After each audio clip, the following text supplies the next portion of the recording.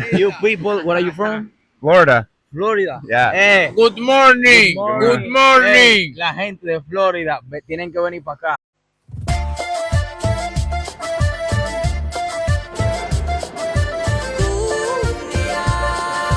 There's like no line. This place is beautiful. Took less than 5 minutes to get our passport checked and get through that.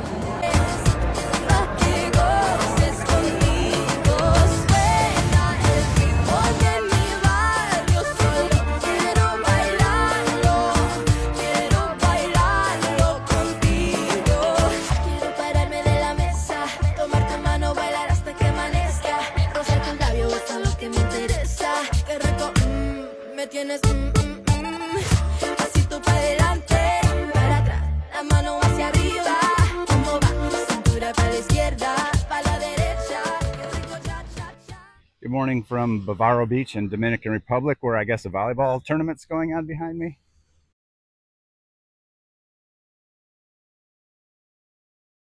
Let me talk a little bit about the Dominican Republic, my first experiences, at least in this particular section.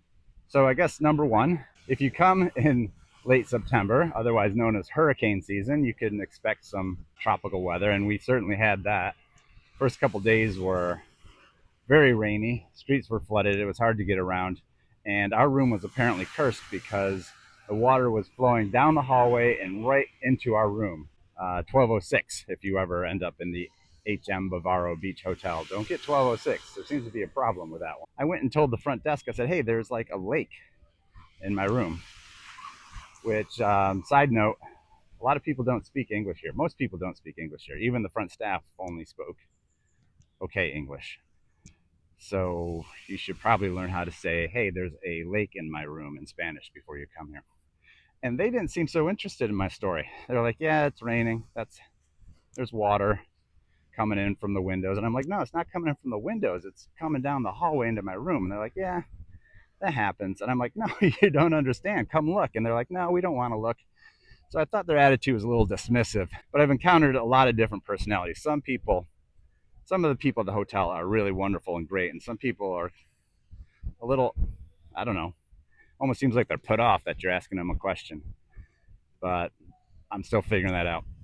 We've had some really great experiences. For example, we were walking down the street and a guy pulls up in a moped and we're like, oh, here comes another guy trying to sell you something, because wherever you go, someone's trying to sell you something here. And we're like, hello, good day. We are not interested. We're giving the whole spiel. Other keywords to know in Spanish. And he's like, no, I'm the security guard from the hotel that you're staying in. He recognized us. And we're like, oh, cool. Great to see you. And he said, you don't really want to be here. You want to stay in the other part of town. You want to go back where you came from and head straight down the road. So I thought that was really great that he was looking out for us and keeping us out of trouble. So like I said, some people, it's kind of hard to read. They seem detached. And other people are like stopping on their way to keep the tourists from getting kidnapped. I've been watching other videos and they say there's an issue with customer service and rudeness, and I can see that, but I don't know if it's a rudeness or just, sometimes Americans are very smiley and bubbly and talkative, so maybe it's just a cultural thing. I'm not too shook about it. In fact, wherever I go, I try to be bubbly and smiley and funny because I don't want to have to spend my vacation in conflict with the staff. Really hasn't been a problem. Yes. Ambiores. Mi español es perfecto, ¿sí? Sí, tu español es perfecto. Tu español es muy bueno. Gracias. De nada. One question people might have is tipping. What do you tip the staff? And I've been kind of handing out money left and right, to tell you the truth. Maybe that's why the security guards are patrolling this. Maybe that's why that guy recognized me from the hotel. Because every day I give the housekeeper $3 and I make sure to find her, not just leave it on the counter, or her friend might get it, or maybe they're not, they probably aren't allowed to just pick up money off the counter. So I make sure I give it to her. $3. Guy who carried my bags, $2. The driver who drove me here, $7. Just like if anybody does anything for me, $2 or $3. I have before I came here, I went to the bank and got a big envelope full of $1 bills, 50 to be exact. If you want a number, got $50, and I've just been handing it out. Yeah, even at the restaurants, $2 or $3. Honestly, I don't know. I think that's a good tip in the Dominican Republic. They're certainly not turning it away. Now you can see that we must be at a nicer resort because they've cleaned up all their seaweed. On the topic of food, my wife and I have been very pleased with the food at our hotel for two reasons. It's good, and it's inexpensive. You know, usually my wife and I don't eat at the hotel because it's always so expensive, but now we've been getting some delicious meals for 20-30 bucks. The one thing to look out for is that there's a 18% value added tax on everything, and that's like a lot. So when you buy your $20 meal, you should look forward to another $4 being tacked onto it. Here's an example receipt from one of our breakfasts. You can see that I got a fancy coffee for 150, a bottle of water for 50, some Spanish eggs for 290, and I got an avocado sandwich for 350, and then a plate of mango for 120. Side note, the mango was delicious. My sandwich, of course, was delicious, and it had fries, which were delicious. But the eggs, they were not the best. They were a little dry. If you end up going to this restaurant, Dahlia's, then maybe stay away from the eggs. Also of note is that coffee there actually had alcohol in it, and this is the first my wife is hearing about it as she watches this video. She didn't know I was having a little drink at 9:30 in the morning. That's why coffee was $150. The entire bill was $960. But we can see that there's a lot of taxes involved. If we look down a little lower, we see that 910 of that 960, because they took the water out, got the 18% value added tax. And then that 910 also got a 10% restaurant service fee, which isn't the restaurant ripping you off, although it might feel like it. That's actually a legally mandated 10% tax they put on restaurants. And then there's another 10% on that bottle of water. I don't know why, maybe for returning it. I have no idea. You can see that added a great deal to the final total. One more thing, since we're here. See how they say that that's $21.40 in US dollars? It really isn't. It's like $19.50 in US dollars. You just get an awful exchange rate. So try to pay everything in pesos. So before taxes, if we're going with a good conversion rate, before taxes, our breakfast was about $15.50. But after taxes, it was about $19.60.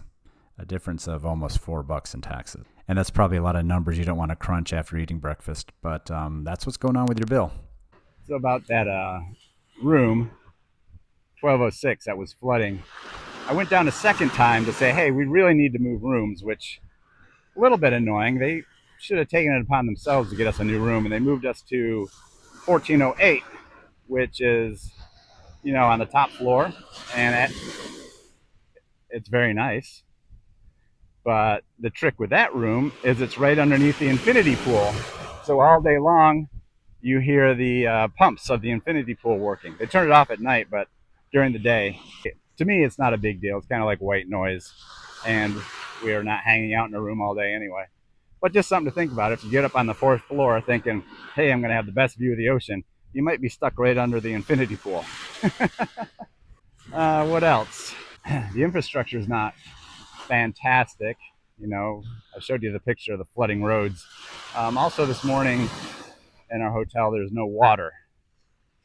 And once again, I'm not freaking out and I'm not complaining.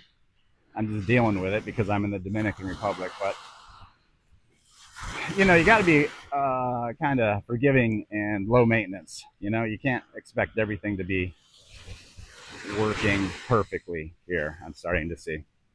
So you got to be able to put up with these sort of inconveniences. Walking down a flooded road, you're watering out. I haven't had any power issues, but maybe the power goes out. I didn't want to stay in one of those all-inclusive resorts because what's the use? You know, what's the use of coming to another country if you're just going to hide out in the resort? We did that in Jamaica once for some wedding.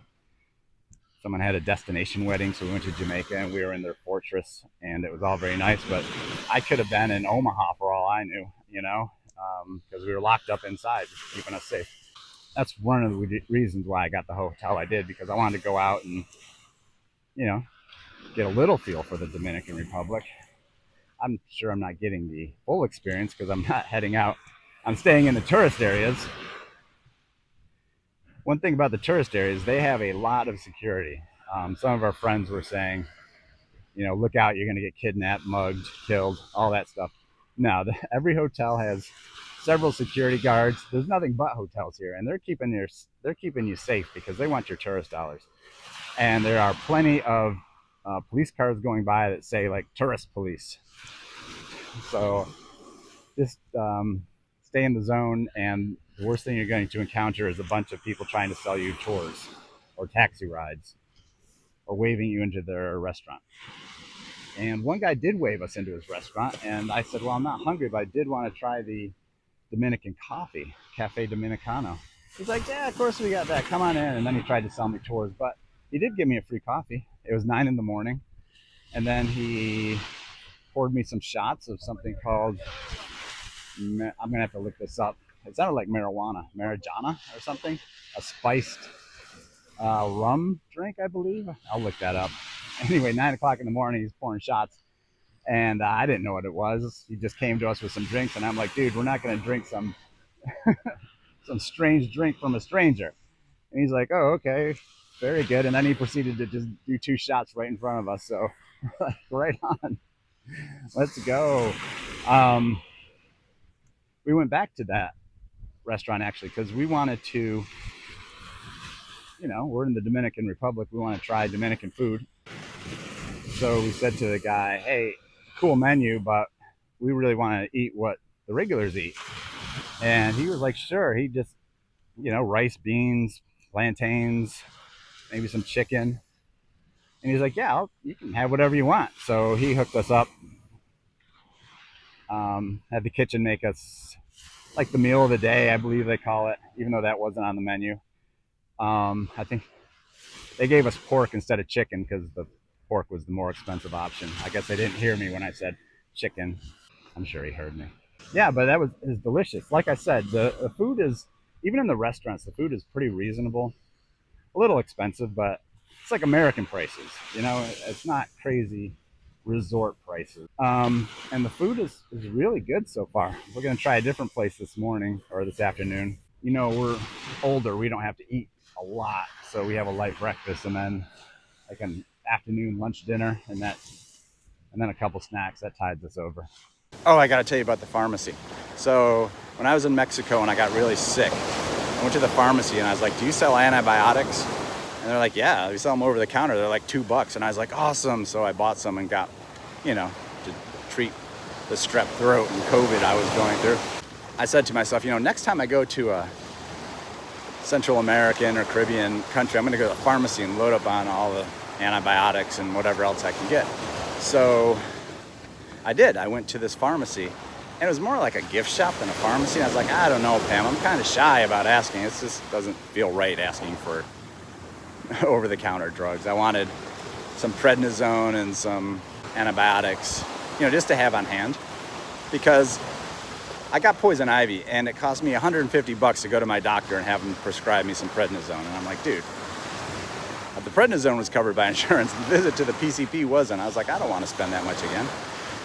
So anyway, I finally asked the pharmacist, I was like, hey, you speak English? And he's like, no. A lot of people don't speak English here. You got to brush up on your Spanish. And I'm like, no problem. I said, can I buy antibiotics? And this guy starts pulling out these laminated cards with all the products they're selling and the prices. I mean, this must be a thing that tourists do. They come to these countries to buy drugs, because it wasn't like, yeah, I could sell them to him. He's like, yes, we have this catalog. And then he pulls out the prednisone, which I wanted. Now the antibiotics were like $60. In Mexico they were $2, so I think they're, you know, catering to the tourists. Then the lady pharmacist there, she pulls out the Cialis type drugs with her glossy laminated thing, and she's like making these motions like, yeah, you want this, you know, to my wife. She's like, you know, making these hand gestures and enthusiastic. These boxes have like a lion on them, and he's like, this is what you want. And we're like, dang, folks.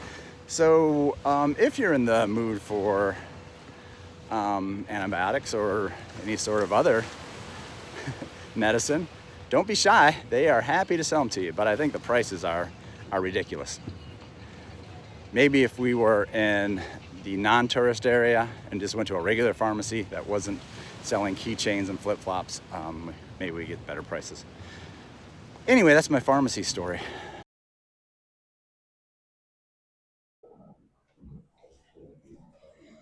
This is the hotel room tour.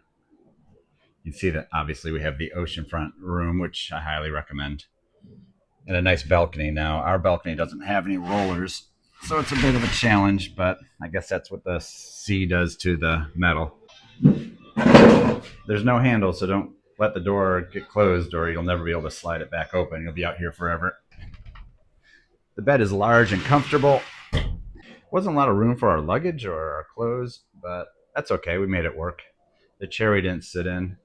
They gave us champagne our first night. That was nice. We only opened it last night.